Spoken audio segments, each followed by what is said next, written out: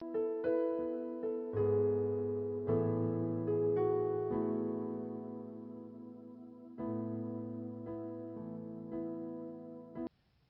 hoy vamos a seguir con la serie Amigos de Dios, que empezamos la reunión anterior con la enseñanza. El juicio comienza por la casa de Dios. Y no es casual esta combinación de palabras, juicio y amigos, porque trata de representar o intenta representar ese corazón de Dios que siempre es amor y siempre es justicia. El Señor nunca deja de ser amor y nunca deja de ser justicia. El Señor demanda perfección en intención y hechos de su iglesia, pero jamás deja de recibir al corazón que vuelve su rostro a Él en humildad. El Señor dice que sus misericordias se renuevan cada mañana. Pero sí hay una demanda del Señor, una demanda particular, sobre todo en este último tiempo que entendemos son los últimos tiempos para la iglesia del Señor, que la iglesia del Señor se acomode a aquello que el Señor planificó, y así el Señor lo va a hacer. El Señor nos pone esta carga, este sentir de prepararle una iglesia bien predispuesta para la venida del Señor. Y la imagen que el Señor nos da en un momento es la imagen de una novia que está a punto de casarse, y esa novia es fiel, es íntegra, es pura, tiene un amor apasionado, una comunión plena y una amistad íntima con su novio. Esa es la imagen que el Señor nos dejó de la iglesia que vendría a buscar. El Señor nos dio sus enseñanzas y la doctrina es maravillosa, pero no dijo que iba a venir a buscar una iglesia erudita en doctrina, sino una iglesia pura, una iglesia fiel, una iglesia íntegra, que solo tiene ojos para su amado, una iglesia que sabe ser amiga de Dios, que es apasionada por Dios y que lo pone a Dios en primer lugar. No es una iglesia que simplemente ostenta milagros, poderes y maravillas, señales y maravillas, que son parte, como la doctrina, son parte de la iglesia del Señor, son parte muy importante de la iglesia del Señor. La iglesia del Señor evangeliza, la iglesia del Señor enseña, la iglesia del Señor libera, la iglesia del Señor sana. Pero la iglesia del Señor sirve, pero lo que el Señor viene a buscar es una iglesia que sabe ser familia de Dios, que sabe ser amiga de Dios, que tiene una comunión y una relación íntima con su Rey, con su Señor, con su Padre y con su Dios. Así que lo que viene a buscar el Señor es a su propia familia. Y la familia de Dios inicia por hijos, hijos que nacen del Espíritu Santo, que luego desarrollan el carácter de Cristo, que es un carácter de humildad, un siervo de Dios. Así es el carácter del cielo. Y por último, en el pináculo de estas escalas, en el tope de estas escalas, está el hecho de ser amigos de Dios. El Señor quiere que nazcas al reino, que te desarrolles como siervo y que llegues a esta condición de amigo de Dios. Porque al reino de Dios se entra por medio de un nacimiento espiritual. Así empieza todo. El Señor le dijo a Nicodemo una noche, que Nicodemo se le acercó a Jesús porque no quería que los demás lo vieran. Era un maestro de la ley, era un sacerdote, era un fariseo conocido, y él se acercó a Jesucristo porque veía señales, prodigios, milagros y maravillas que solo podían venir de parte de Dios.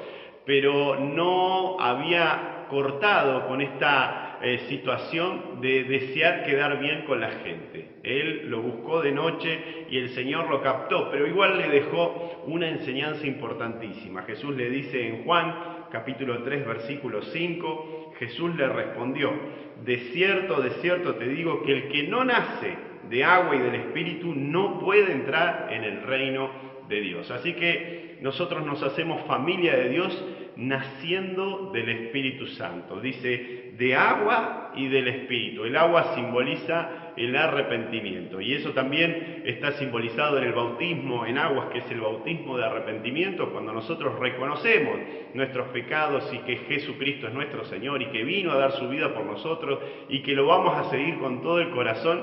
Nos arrepentimos, que quiere decir damos un giro, de 180 grados en la dirección que veníamos. Veníamos de espaldas a Dios, ahora nos volvemos a Dios y lo seguimos con todo nuestro corazón. Cuando nosotros hacemos eso, que es un bautismo de agua, dice la palabra, nosotros empezamos a recibir o estamos listos para recibir el bautismo del Espíritu Santo, que es la llenura primera del Espíritu Santo que nos transforma, porque somos cuerpo, alma y espíritu, y nuestro espíritu recibe el impacto y la vida del Espíritu de vida, del Espíritu Santo. El soplo de vida vuelve a nosotros. Así que, ¿cómo se entra al reino de Dios? ¿Cómo se empieza a ser familia de Dios? Por un nuevo nacimiento. En segundo lugar, los hijos que nacen del Espíritu empiezan a desarrollar el carácter de Cristo. ¿Y cómo es el carácter de Cristo? El Señor dice que era manso, humilde, como un siervo. Esto está en Filipenses, capítulo 2, versículos 5 al 7. El apóstol Pablo ahí expresa este carácter de Jesucristo. Dice que también desea que nosotros seamos imitadores, y debemos ser imitadores de Cristo, porque si su naturaleza, su espíritu está en nosotros, entonces nosotros ahora como hijos del cielo tenemos que manifestar las características del cielo. Y dice así en Filipenses 2, del versículo 5 al 7, que haya en ustedes el mismo sentir que hubo en Cristo Jesús, quien siendo en forma de Dios no estimó el ser igual a Dios como cosa a que aferrarse, sino que se despojó a sí mismo y tomó forma de siervo y se hizo semejante a los hombres. ¿Cuál es la característica principal de los hijos del Señor? Que tienen un carácter de siervo. En este mundo tenemos problemas todos los días porque todos, como dicen por ahí, quieren ser caciques y no indios. Todos quieren ser líder y no discípulo. Todos quieren ser aquellos que gobiernan, aquellos que mandan, aquellos que hacen que las cosas sean como ellos quieren y no se ocupan de servir a los demás. En el reino de los cielos dice que los que tienen prioridad y los que avanzan en autoridad son los que sirven. En el reino de los cielos servir es un privilegio, como siempre dice la congregación un hermano nuestro, servir es el privilegio de los hijos de Dios. Así que, ¿cuáles son las características de un buen siervo según la Biblia? Alguien que sirve voluntariamente al Señor, pero con gozo, no a regañadientes, no refunfuñando, no pateando tachos mientras va a hacer lo que el Padre le pide, sino que alguien que lo hace voluntariamente, con gozo y con alegría. Dice la palabra también que cuando servimos lo tenemos que hacer como para el Señor. Cuando bendecimos a un hermano, cuando trabajamos en nuestro lugar de trabajo, cuando estudiamos, todo lo que hacemos lo tenemos que hacer como para el Señor, con gozo, voluntariamente, con alegría. Un buen siervo cumple con responsabilidad aquello que se le ha encomendado, lo toma con responsabilidad. Si hay horarios, trata de cumplir con ese horario, y es un buen siervo aquel que el Señor llama el siervo de la segunda milla, aquel que se le pide uno, pero hace 1,5 o 2 si es posible. Siempre está pensando más allá de un cumplir, siempre quiere hacer las cosas con excelencia, hasta donde puede, da lo mejor. El buen siervo que la Biblia nos presenta es alguien que tiene un carácter sumiso, un carácter leal, un carácter fiel, un carácter obediente, alguien que responde con alegría, pero que también responde a aquello que se le manda para agradar a aquel que lo mandó. Aquel que deja lo suyo para primero servir a su Señor. En un momento Jesucristo nos deja la imagen de un siervo que venía de trabajar todo el día y llega la noche y se estaba por hacer algo para cenar y para irse a dormir, pero justo llegó de un viaje su Señor. Y él dejó todo lo que tenía que hacer para él, descansar, cenar, poder dormir, dejó de lado todo eso que se lo merecía porque había trabajado todo el día, como justo cayó el Señor, su Señor en esa hora, dejó de lado todo eso y se puso a servir al Señor. Esas son las características de un buen siervo. Así tenemos que ser, con ese carácter en la iglesia del Señor. En la iglesia del Señor, los que avanzan, a los que se le delega autoridad, son siervos del Señor. Son aquellos que están dispuestos a bendecir a su prójimo porque están bendiciendo al cielo, porque están trabajando para el Señor. No son gente que anda buscando gente que los sirva, sino que en el reino de los cielos nosotros deseamos bendecir a los demás. Y por último, en esta escala ascendente de hijos a siervos está el ser amigos de Dios, porque en un momento el Señor en Juan 15:15 les dice a sus discípulos: ya no los llamaré más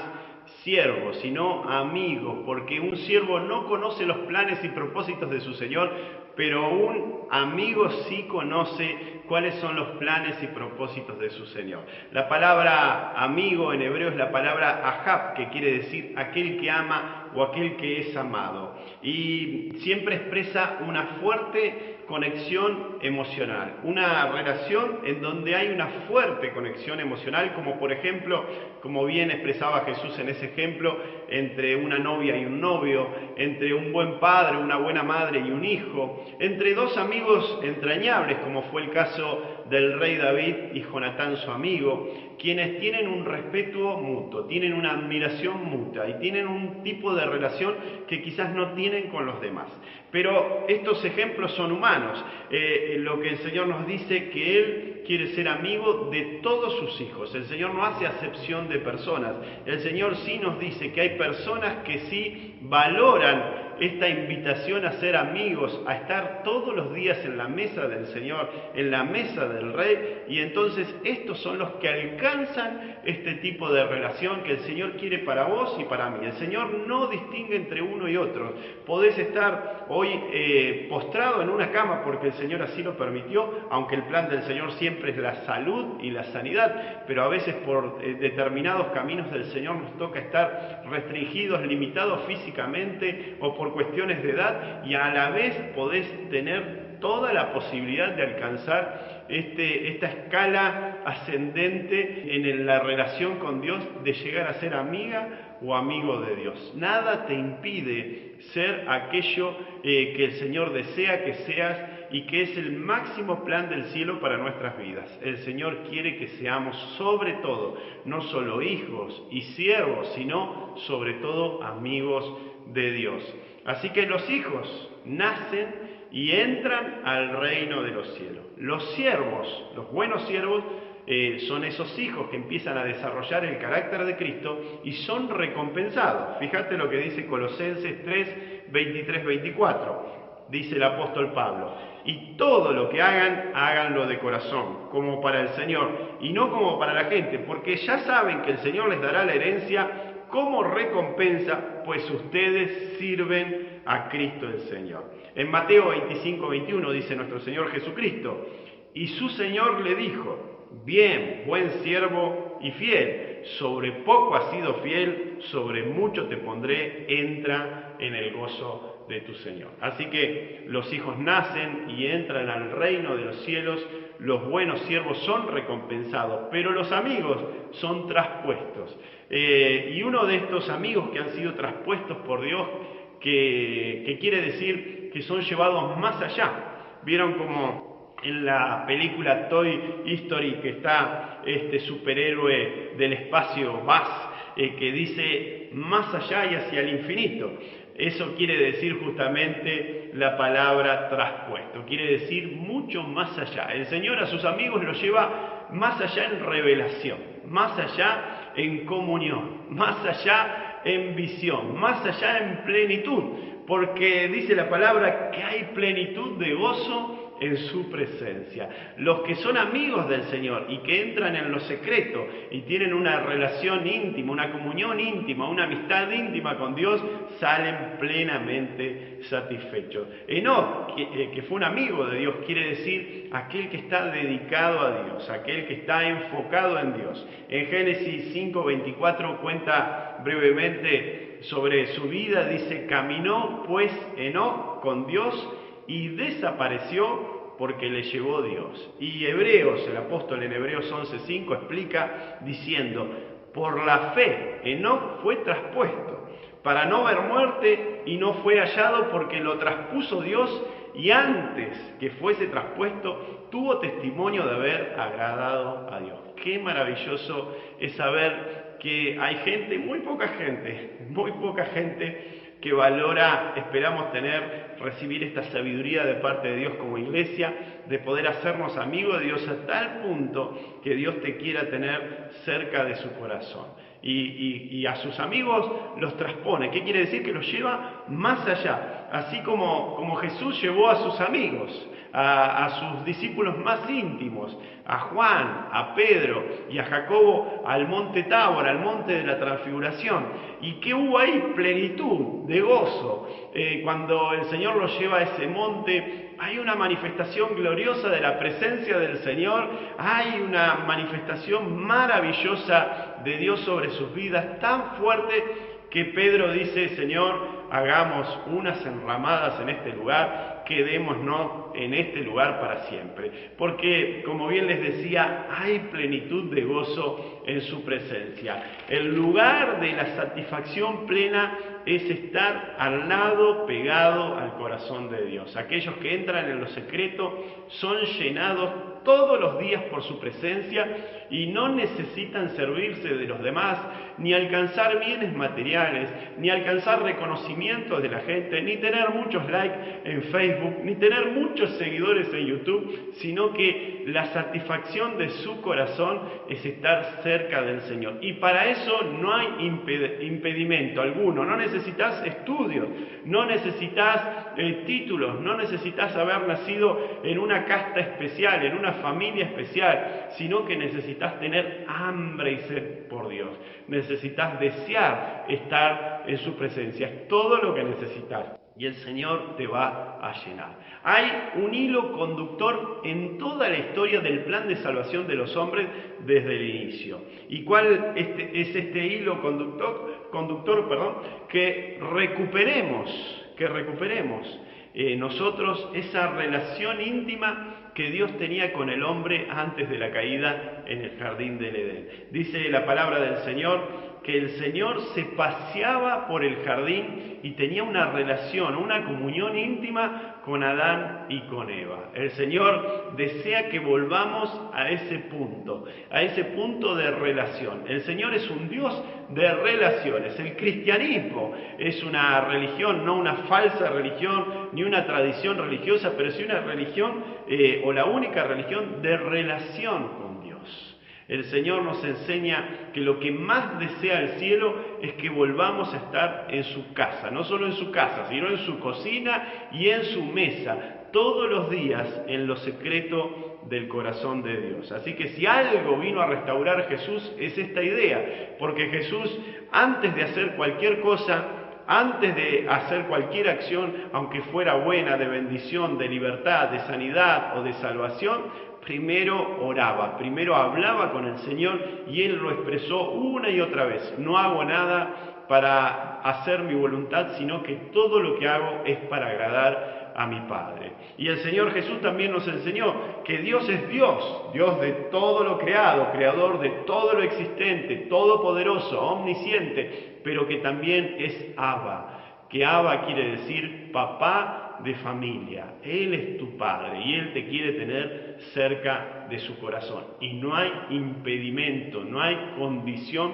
para los hijos del Señor que no puedas alcanzar, porque la condición es que creas que Jesucristo tomó tu lugar, pagó por vos, que Él saldó la deuda eterna que tenías imposible de pagar y que ahora hizo posible que vuelvas a esa relación. Así que este concepto, esta visión del plan de salvación o este hilo conductor de un volver a una relación, a una comunión íntima, está en toda la palabra del Señor. Fíjate lo que dice ya en 2 de Crónicas 27. Tú, Dios nuestro, expulsaste de la presencia de tu pueblo Israel a los habitantes de esta tierra y se la diste para siempre a los descendientes de Abraham, tu amigo. Así que acá tenemos dos cosas. Dice en un momento que le diste la tierra de Canaán a Israel para siempre. Así que todo aquel que quiera tomar esa tierra, todo otro pueblo que no sea el pueblo de Israel y quiera tomar esa tierra, sabe que el Señor les dice, y su palabra lo establece, que no lo van a poder lograr. Lo podrán tener como se tuvo en algún momento por un tiempo, pero el Señor le dio esa tierra a Israel y el Señor lo hace cumplir. Hace unos años, quizás una década, un presidente de Latinoamérica maldijo públicamente a Israel y al poco tiempo murió seco por un cáncer. El Señor, cuando establece algo con su palabra, nosotros tenemos que temer, tenemos que tener un sano temor. Pero también dice que el Señor, así como es de justo, es de amoroso. El Señor dice ahí mismo que a Abraham lo llamó su amigo. Abraham es el padre de la fe. Inicia este plan de salvación, todo inicia con este hombre que el Señor lo eligió porque supo ser amigo de Dios. Y el Señor ahí lo llama Abraham, mi amigo. Aquel amigo quiere decir también en esta situación, aquel que es amado por Dios, que también es el mismo significado del nombre del rey David. David significa muy amado. El Señor allega a su corazón a aquellos que lo aman por sobre todas las cosas. Abraham dice que estuvo dispuesto a dejar su tierra y su parentela con tal de alcanzar el propósito de Dios. Los que aman a Dios quiere decir que lo ponen en primer lugar, que lo valoran más que cualquier cosa. Otro baluarte de la fe fue Moisés. Y dice Éxodo 33:11 en su primera parte, y el Señor hablaba con Moisés cara a cara como cualquiera habla con su compañero. Y esta palabra quiere decir también con su hermano amado. El Señor lo tomó también por amigo a Moisés y le manifestó cosas que a otros no le manifestó. Y a estos hombres que fueron hijos, siervos y amigos de Dios, que supieron ser amigos de Dios, que supieron valorar esta posibilidad, gran posibilidad que Dios nos da de allegarnos a su corazón y de entrar en su corazón y entrar en sus planes y propósitos, vieron una gloria manifiesta del Señor como ningún otro. Vieron obras espectaculares de Dios sobre sus vidas y alcanzaron planes y propósitos y bendijeron a miles y miles y miles de familias, y hoy nosotros seguimos siendo bendecidos por el ejemplo de estos hijos, siervos que han sabido ser amigos de Dios. Y estas obras tremendas no empezaron de un día para otro, porque Abraham no fue el padre de la fe o no inició como el padre de la fe. Moisés no inició su vida como el caudillo redentor o el caudillo libertador de Israel. Ni el rey David inició como el mejor rey de la historia de Israel, sino que todos ellos iniciaron esas tareas, esas funciones y esas obras tremendas que Dios les permitió alcanzar para gloria de Dios, para bendición de miles. Empezó todo en lo secreto. Ellos, antes de ser el padre de la fe, antes de ser el caudillo libertador de Israel, antes de ser el mejor rey de Israel, fueron amigos íntimos de Dios. El rey David, antes de sus grandes conquistas en el campo de batalla, supo conquistar el corazón de Dios mientras cuidaba las ovejas de su padre en el medio del campo. Lo primero que desarrollaron estos amigos de Dios fue una relación íntima con Dios. Por eso no es casualidad que cuando un fariseo, maestro de la ley, se le acercó a Jesús y le preguntó cuál era el mandamiento más importante de toda la ley, el Señor Jesús le citó a Deuteronomio 6, en donde dice: amarás al Señor tu Dios con todo tu corazón y con todas tus fuerzas y con toda tu mente.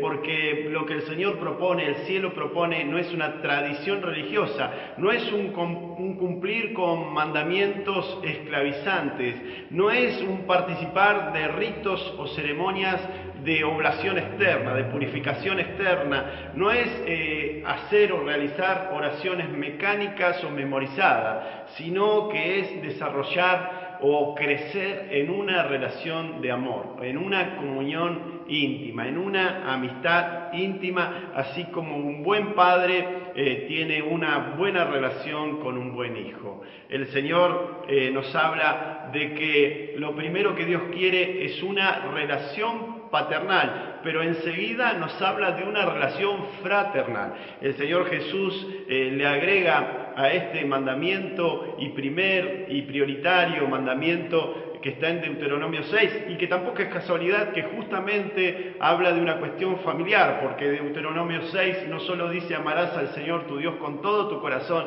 sino que dice también que ese padre le transmitirá esto a sus hijos y a los hijos de sus hijos. Habla de una cuestión de familia y una cuestión generacional. Y el Señor Jesús le agrega, en segundo lugar, amarás a tu prójimo. Hay un segundo mandamiento, dice, muy parecido: amarás a tu prójimo como a ti mismo. Y una cosa está conectada con otra, de tal manera que la Biblia nos dice que no podemos decir que amamos a Dios si despreciamos a nuestro hermano. No se puede creer, o no le podés creer que alguien ame a Dios. Nos enseña eso la palabra, que no le creas a alguien que dice amar a Dios y desprecia al prójimo, y desprecia a los demás. El que ama a Dios ama a su hermano, ama a su prójimo. ¿Por qué? Porque una relación o una buena relación fraternal entre hermanos es directamente proporcional a una buena relación paternal. Nadie puede dar aquello que no recibe. Si no tenés una buena relación con tu Padre eterno, tampoco vas a tener una buena relación con tus hermanos y con tu prójimo. Por eso, Satanás, que sabe esto, nos está bombardeando hace décadas con un espíritu de orfandad, con un espíritu de rechazo, con un espíritu de abandono y con un espíritu de soledad, porque el Señor dijo, no es bueno que el hombre esté solo. A mí personalmente, particularmente, me gusta a veces apartarme y uno parecería que dijera, me gusta estar solo, pero nosotros, los hijos del Señor, jamás estamos solos, porque cuando nos alejamos un poco de la gente es para estar más cerca de Dios. Es un tiempito especial que nos dedicamos a oír la voz de Dios, a estar en comunión plena con aquel que merece todo nuestro enfoque, pero no es para ser ermitaños porque no amamos a la gente, porque no amamos a las personas, sino que como Pedro, nos llenamos de plenitud de Dios y volvemos al valle a bendecir a los demás, porque el Señor dijo, no es bueno que el hombre esté solo, y el Señor nos mandó a la gente, dijo, vayan a la gente y hagan discípulos. No dijo que nos alejemos de la gente, sino que tenemos que estar cerca de la gente, tenemos que estar entre la gente. La traducción justamente cuando dice id y hacer discípulos es mientras están yendo, anuncien, mientras están entre la gente, anuncien las buenas nuevas de salvación y hagan discípulos del Señor. Bautícenlos, libérenlos, sánenlos, bendíganlos, pero háganlo en el medio de la gente, porque el Señor es un Dios de comunidad, es un Dios de familia, es un Dios de relaciones, y justamente Satanás con estas ideologías últimamente de género, con este espíritu de muerte a través del aborto, está destruyendo o pretende destruir algo que no va a ser posible, porque el Señor ya estableció que Él es el vencedor. Está tratando de destruir esta idea de familia, esta idea de buen padre. ¿Por qué? Una buena relación con los demás está directamente conectada a una buena imagen y relación con tu padre. Si tuviste rechazo de parte de tus padres, si tuviste abandono, si encima viviste abusos, ese espíritu de orfandad toca tu identidad, y entonces no podés tener una identidad correcta de hijo o de hija amada, de hijo o hija bendecida, de hijo o hija deseada por tus padres. ¿Por qué? Porque hubo abandono, porque hubo rechazo, porque hubo desprecio, porque hubo menosprecio o porque hubo abuso. Entonces ese espíritu de orfandad hace que te sientas menospreciado y tu identidad se ve afectada, y cuando uno no está bien consigo mismo, cuando uno no está bien con la vida, cuando uno no está bien con Dios, no está bien con nadie. Pero cuando el Señor viene y nos dice, tu verdadero padre no es tu padre biológico, sino que tu padre biológico, tu madre biológica son canales de bendición que hay que honrar toda la vida, más allá de cómo se comporten, pero la vida es mía. El Señor nos enseña que no naciste por un accidente ni por deseo de carne humana, sino que naciste porque Dios quería tenerte, porque Dios quería a Laura, hizo a Laura, porque Dios quería a Luis, lo hizo a Luis, porque Dios quería a José, lo hizo a José. Tal cual sos, el Señor te diseñó, el Señor te ama, el Señor te quiere, y el soplo de vida, la sustancia de vida viene de parte del Espíritu. Por eso la gente que en su espíritu no recibe el Espíritu de vida y no nace del Espíritu Santo, nunca va a estar bien consigo mismo ni con los demás. Por eso hay tanto vacío, tanta violencia, tanto menosprecio, tanto abuso en este mundo que sin Dios es caótico. Pero los hijos del Señor recibimos el Espíritu paternal que hace que también empecemos a desarrollar una amistad con nuestro prójimo, que empecemos a sanar nuestra relación con nuestro Padre Eterno y a sanar nuestra relación con nuestros hermanos, porque la relación fraternal entre hermanos, la buena relación fraternal entre hermanos es directamente proporcional a la buena relación paternal, a esa relación que tengas con Dios. Y hay posibilidades para todo. Por eso, no es casualidad, por último, que la iglesia del Señor nace bajo lo que se llama el espíritu de Elías. Fíjate que Juan el Bautista, que le preparó camino al Señor Jesús, que es el fundador de la iglesia de Cristo, de esta dispensación de la gracia, de esta dispensación de la iglesia, inicia con Juan el Bautista preparando el camino a Jesús y con Jesús fundando su iglesia, pero dice que empieza bajo el espíritu de Elías. Lucas 1:17 dice, y hablando de Juan el Bautista, y lo precederá a Jesús con el espíritu y el poder de Elías, para hacer que los padres se reconcilien con sus hijos y para llevar a los desobedientes a obtener la sabiduría de los justos. Así preparará bien al pueblo para recibir al Señor. Una iglesia bajo el espíritu de Elías es una iglesia que tiene una reconciliación con su Padre y a la vez una reconciliación con su prójimo, con sus hermanos. Es una iglesia que vive plenamente con una comunión íntima, el gozo, la plenitud del Espíritu Santo, la plenitud de la comunión con Dios, y que a la vez por ser uno con Dios es uno con su prójimo. Empezamos a manifestar la gloria del cielo, y la gloria del cielo no solo son milagros, sobre todo es un corazón transformado, un corazón que tiene un amor ahora sacrificial, un corazón de siervo, un corazón que no busca lo propio, que no busca lo suyo, sino que quiere dar aquello que recibió, porque el que da, recibe, el que da, recibe aún más de aquello que da.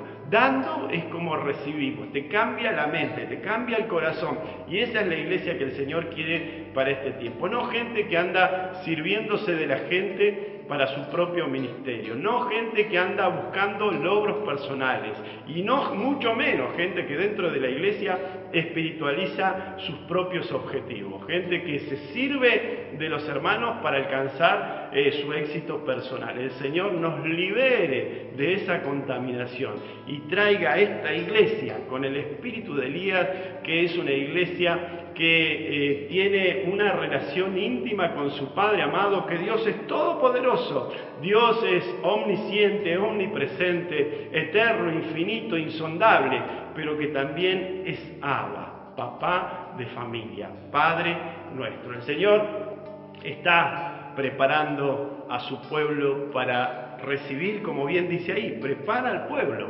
para recibir al Señor. Esa es la iglesia que el Señor viene a buscar, una iglesia de hijos que entraron al reino de los cielos, hijos que desarrollaron el carácter de siervos y son recompensados por el Señor, pero sobre todo de amigos íntimos que son traspuestos porque el Padre los ama tanto que los quiere tener cerca de su corazón y los lleva más allá en revelación.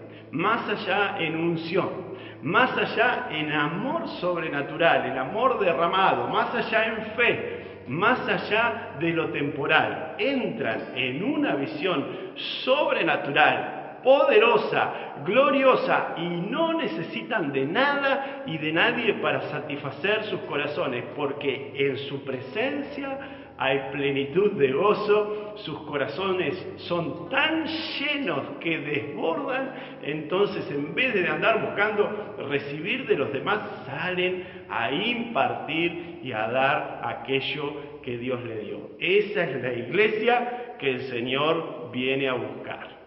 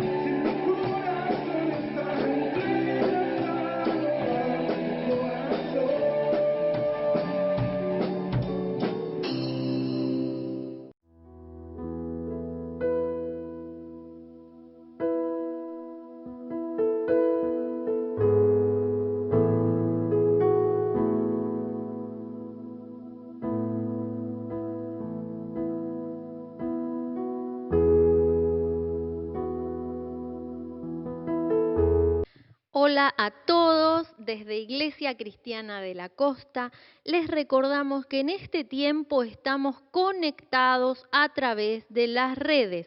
Suscribiéndote al canal de YouTube, accedes a todas las prédicas online y te conectás en vivo los domingos a las 10 de la mañana y los miércoles a las 20 horas en la reunión de oración. También está la página de Facebook y el Instagram. Y ahora queremos hacerte una invitación especial. Si todavía no recibiste a Jesucristo como Señor y Salvador o lo hiciste pero no te estás congregando, agenda estos datos, envía un mensaje de forma privada y alguien estará conectándose con vos. Esto también es para los que tienen una necesidad o un pedido de oración. Esta es tu oportunidad de acercarte a Dios. No te la pierdas. Bendiciones para todos.